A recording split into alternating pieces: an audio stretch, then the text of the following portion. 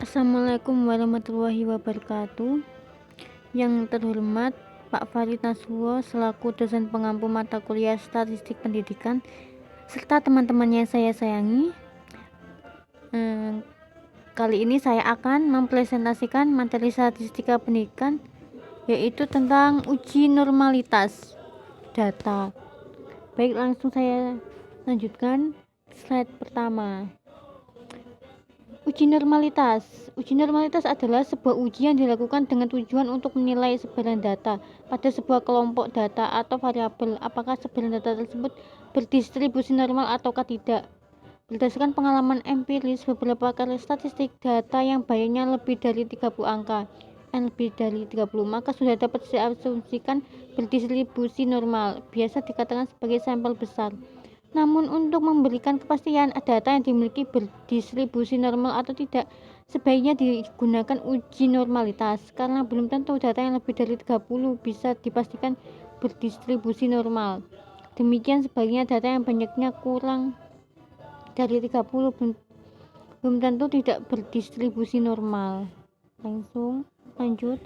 Macam-macam uji normalitas. Nah, ini ada beberapa macam. Ada 5. Pertama, uji grafik, chi-square, Kolmogorov-Smirnov, sama Lilliefors, Shapiro-Wilk. Pertama, uji grafik.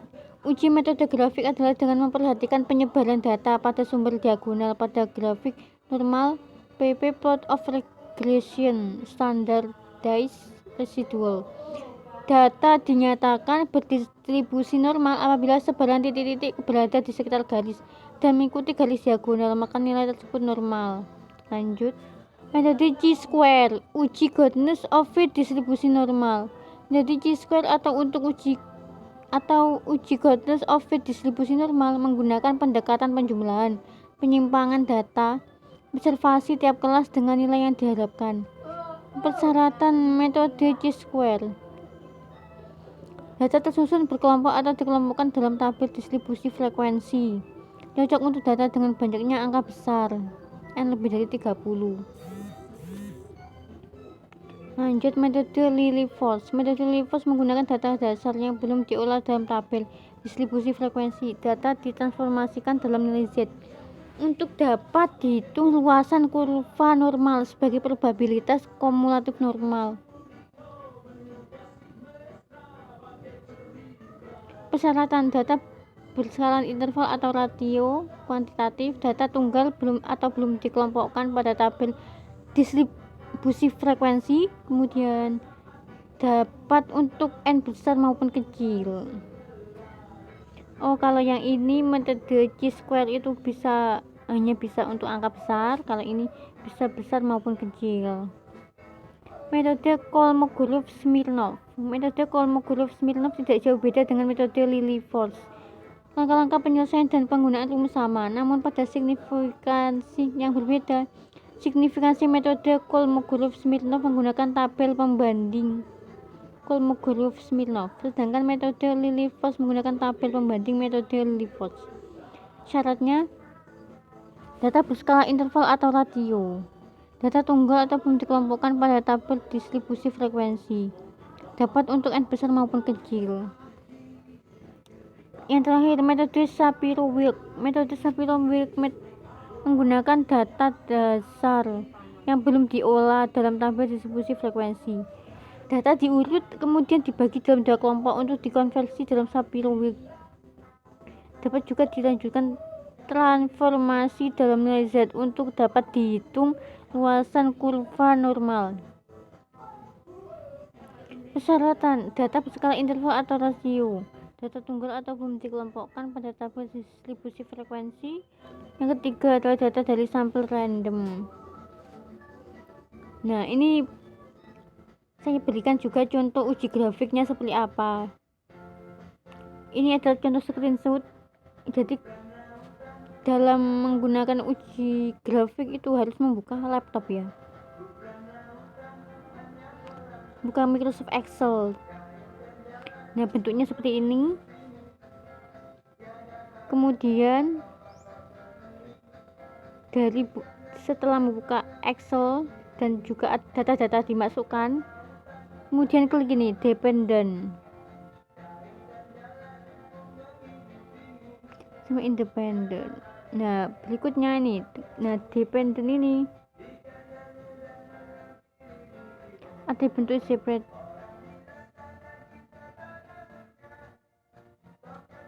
Ini klik centang histogram atau normal probability plot.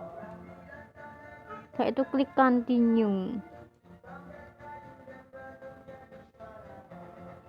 Berikutnya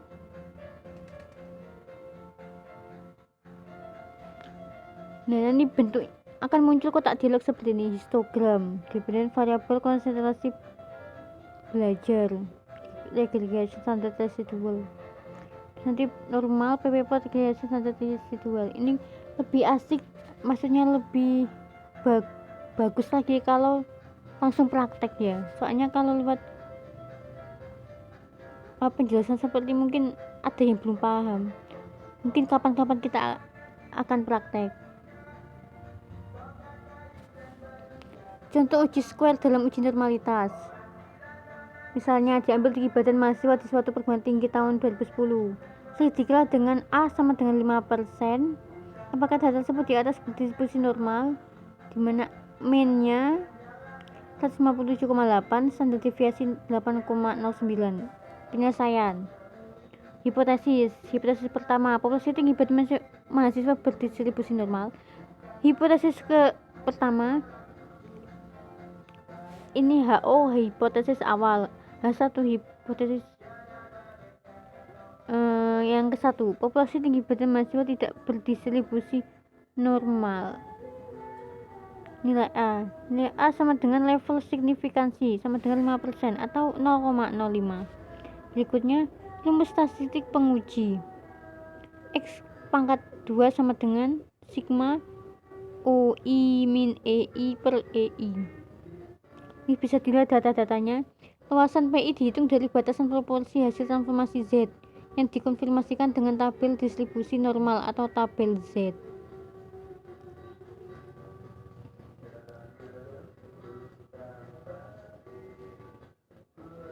Berikutnya, nah lalu data-data ini dimasukkan ke dalam rumus ini, hasilnya 0,427. Yang keempat, derajat bebas df K-3 5 sama dengan 3 sama dengan 2. Nilai tabel X kuadrat banding alfa sama dengan 0,05, df nya 2 5,991. Daerah penolakan menggunakan gambar. Menggunakan rumus seperti ini, putusan hipotesis berarti HO diterima, HA ditolak. Kesimpulannya, populasi tinggi badan mahasiswa berdistribusi normal alfa sama dengan 0,05. Ini saya juga tidak begitu paham, 0, alfa ini untuk apa?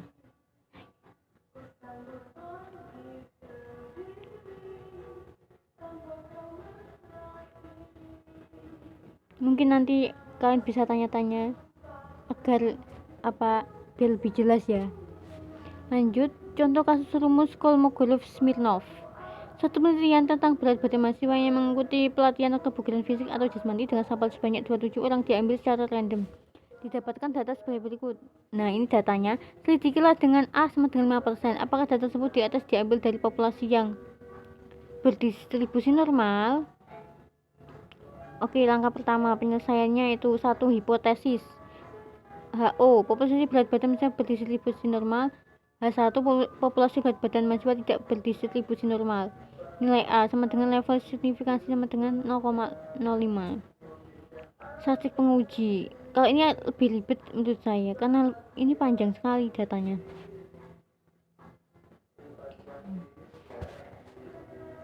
Derajat bebas DF tidak diperlukan. Nilai tabel, nilai kuartil penguji Kolmogorov A sama dengan 0,05, N sama dengan 27 yaitu 0,254. Tabel Kolmogorov-Smirnov tadi yang kayak gini.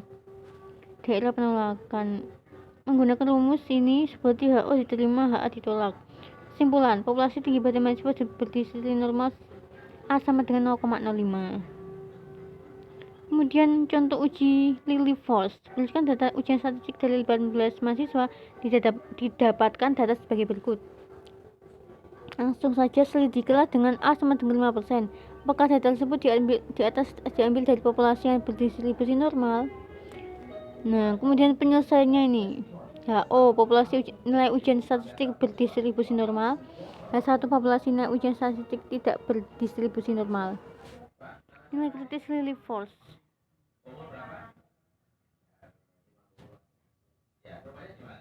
Kalau di zoom ini lihat data Lilliefors berikutnya. Nilai Fx min Sx tertinggi sebagai angka penguji normalitas yaitu 0,1469 derajat bebas. F tidak diperlukan. Nilai tabel Lilliefors atau tabel Lilliefors. Nilai kuartil penguji Lilliefors A sama dengan 0,05, N sama dengan 18 yaitu 0,2 ribu. Tabel Lilliefors pada lampiran. Daerah penolakan Lilliefors menggunakan rumus berarti HO diterima, HA ditolak. Kesimpulan populasi nilai ujian berdistribusi normal. Oh, berarti mirip ya.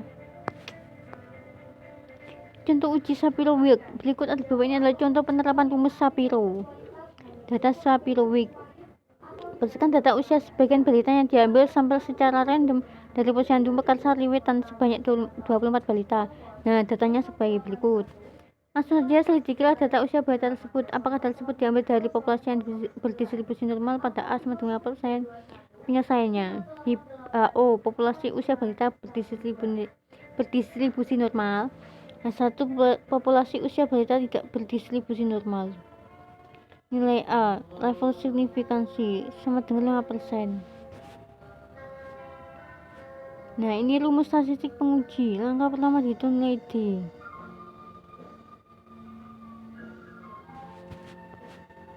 Langkah berikutnya dihitung nilai T.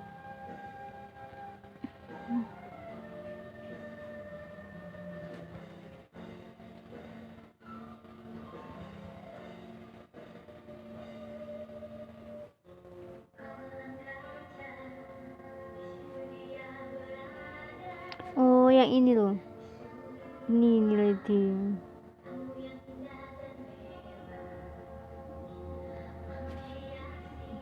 Kemudian nilai T.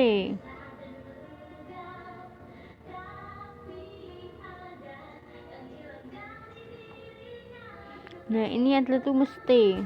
Shapiro-Wilk. Ini rumus T.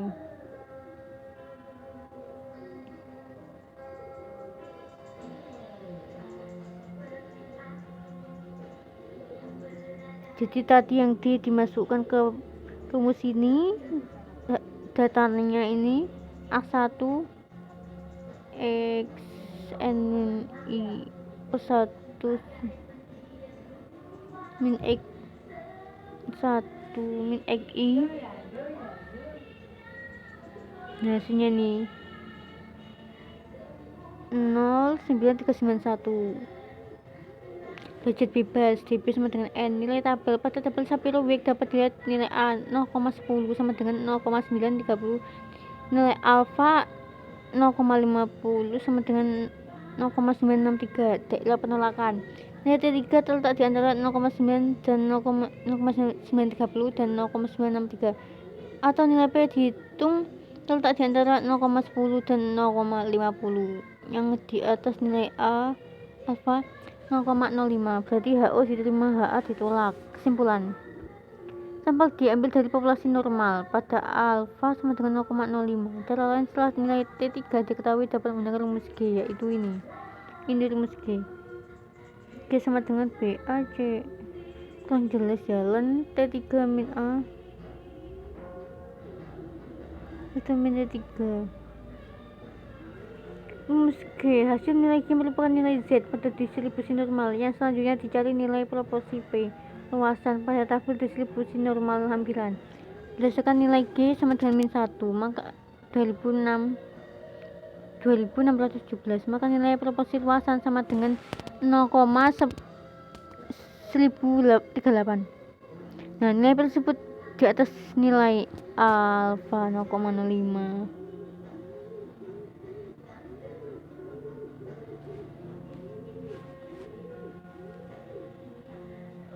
Oh, ternyata sudah selesai.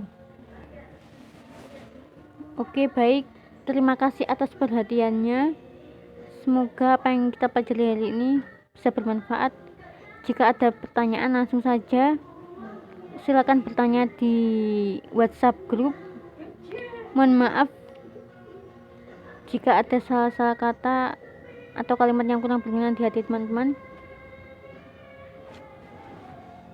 Demikian saya akhiri presentasi kali ini. Wassalamualaikum warahmatullahi wabarakatuh.